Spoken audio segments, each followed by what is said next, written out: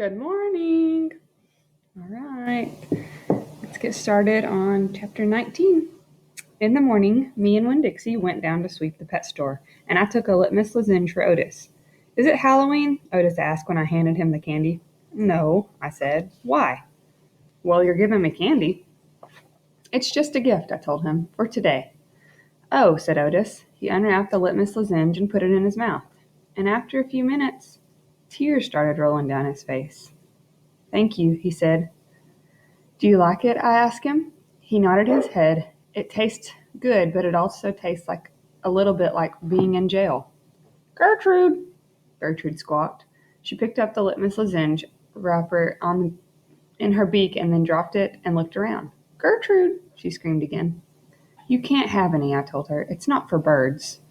Then, real quick, before I lost my nerve, I said, Otis, what were you in jail for? Are you a murderer? No, ma'am, he said. Are you a burglar? No, ma'am, Otis said again. He sucked on his candy and stared down at his pointy-toed boots. You don't have to tell me, I said. I was just wondering. I ain't a dangerous man, Otis said, if that's what you're wondering. I'm lonely, but I ain't dangerous.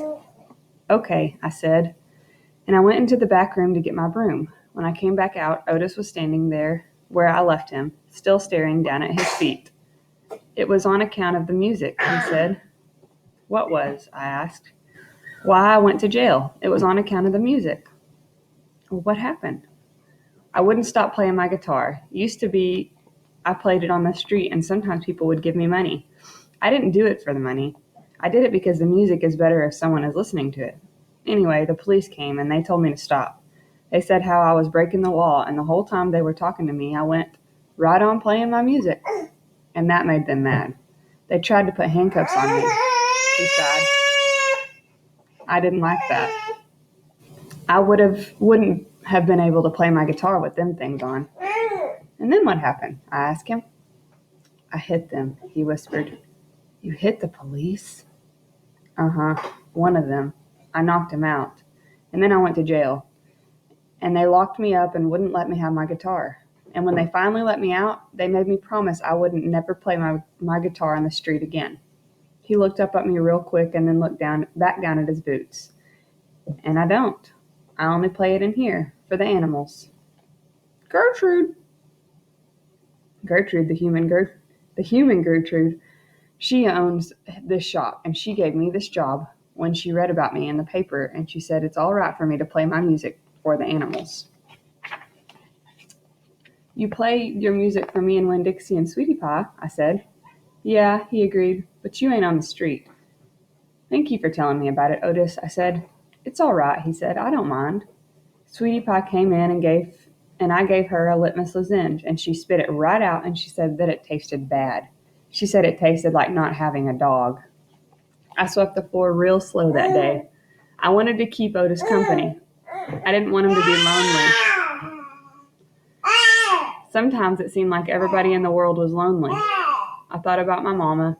Thinking about her was the same as the hole you keep on feeling with your tongue after you lose a tooth. Time after time, my mind kept going to that empty spot, the spot where I felt like she should be. That's the end.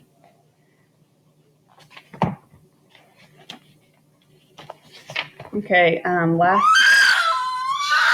yesterday in chapter 18, the word melancholy was introduced to us. So melancholy, like it said in the book, it means like something is sad.